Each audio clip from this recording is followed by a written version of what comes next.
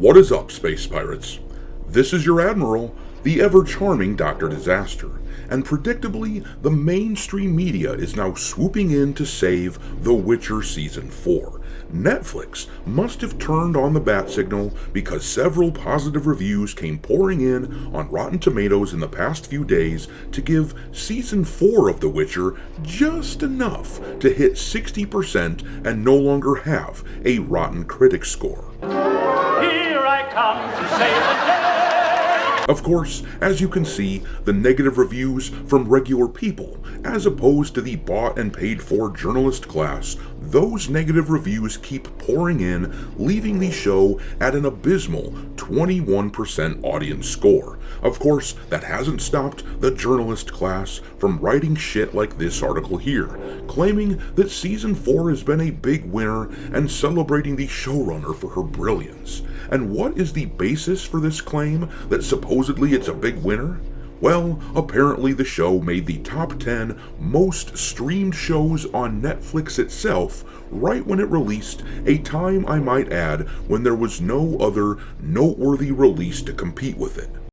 Whoop-de-doo! No, it's time to face the truth. This new season is despised, and there is no getting around that fact. You can whine and complain about it if you want to, but very few people like The Witcher Season 4. Set aside the fact that they literally changed the lead actor after 3 seasons, the problem is that they have departed too heavily from the source material to the point that what ended up on screen was wholly unrecognizable slop, which is of course what caused the show to lose Henry Cavill in the first place. He didn't like that.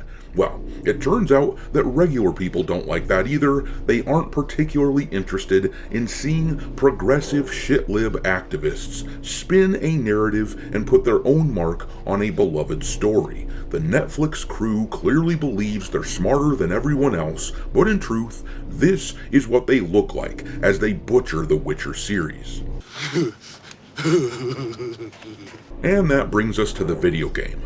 The reason that a lot of us have been very skeptical about The Witcher 4 as a concept, believe it or not, is not simply because Ciri is the main protagonist in the story. Strawman versions of our skepticism suggest that anyone who questions Ciri as the main protagonist is simply being sexist. However, and I'm just going to speak for myself here, but the big gripe that I have with Ciri in this role is the fact that she is a Witcher at all in the first place. She was a unique character with a unique magical skill set, and they just turned her into a female rendition of Geralt. This comes off as, once again, someone trying to simply leave their mark on a series in a selfish way. And according to the writer of the original books, CD Projekt Red has basically not been consulting him at all.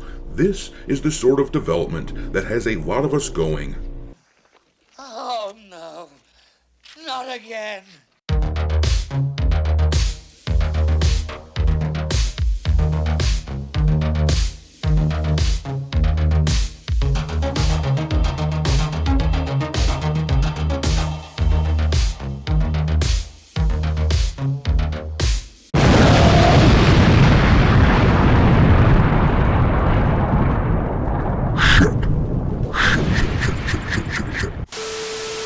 Alright, me hearties, make sure that you hit the like button on this video, share it with your friends, and subscribe to the channel if you haven't already.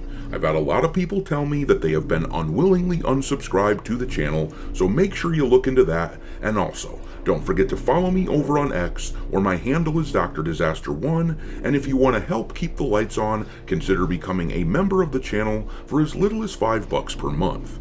In any case, let's take a peek at this news about The Witcher 4. Now, for full context as to what my concerns are about this upcoming game, first of all, let me point out once again that Ciri is her own unique character that did not need to undergo the Witcher transformations in order to be powerful enough in order to fight. In fact, it would have been amazing if, instead of fighting like Geralt, with only a sword and melee attacks, that sort of thing, saying it would have been cool as hell if Ciri had some really cool magic attacks. The problem that the makers of the game clearly had was that if they had made a game called The Witcher 4 and then not included an actual Witcher as the title character, that might have been a little confusing to some people. I don't think they would have wanted to call the game Ciri, A Witcher's Tale, or anything like that, but they could have titled it Witcher 4, The Legacy of Geralt, or something like that, just off the top of my head, and nobody would have questioned that. But the other problem is that Witchers were all male, and the books explicitly refer to this fact. Apparently, no female ever survived the Trial of Grasses, meaning that Ciri as a Witcher is a huge anomaly, particularly when you note that the very term itself, Witcher, was created by the author of the series as a male version of the word witch. Now, from a practical standpoint, considering how protective Geralt and Yennefer are of Ciri, it is unthinkable that they would ever permit Ciri to undergo the Trial of Grasses, particularly when she simply doesn't need to. She was already plenty powerful, even if they couldn't stop her from hunting monsters. There was virtually no reason to have her undergo the trial, and I don't think Ciri would choose to undergo it herself either. It's an unnecessary risk. The whole thing comes off as the writers of this new story knowing what outcome they wanted, so they are bound and determined to fit the square peg into the round hole no matter how much it screws things up. And in my view, this really comes off as something similar to the Netflix situation. It comes off as progressive, shit-lib types pushing a female Witcher so they can say, "See, ladies, you can do it too. And do you see what good people we are for including a female main character that's just like the male character? Do you see how progressive we are?" And I've got to say that articles like this one are not helping me think that this is not the case. This article comes from PC Gamer, which I will link in the description. Anyhow, the article says, Sapkowski recently wrote a prequel to his Witcher novels, Crossroads of Ravens. At an event to publicize that novel, our colleagues at Games Radar asked the author if he'd been involved in any part of the development of The Witcher 4, and he said, basically, nope, while explaining that the developers at CD Projekt Red did ask for advice and extra details about this setting while working on the previous games. These days, apparently, it's so rare that CDPR contacts him to ask about the lore, which makes sense given how much the studio has added to it over the course of the Witcher games, like building Witcher schools based on an offhand reference he threw in before regretting it. Once again, this really isn't making me feel very confident in the way that this game is getting made. The games departed from the books, but there was clearly still a deep love of the original books in those first 3 games, and when you combine what we are hearing about this new game with the sort of developers we have seen CDPR bring on to their studio over the past few years, well, like I say, my confidence is shaken. They have had devs, which we have covered on this channel extensively, but we have had developers that they've recently brought on who have come right out on social media and waded into culture war issues, calling gamers all kinds of names and essentially wishing that we didn't exist. They also brought on one of the main writers from the Insomniac Wolverine game, who last year came out as a strong ally of Sweet Baby Inc., defending them publicly and saying that Sweet Baby and groups like them are essential parts of the gaming industry. But let's read on. The other thing Sapkowski had to say about his relationship with CDPR is that the contracts between me and the game people are excellent right now. Let's hope it stays that way. That was in reference to the lawsuit CDPR settled with Sapkowski in 2019 over royalties, with the author asserting that he'd handed over the rights for a pittance compared to the amount they ended up being worth.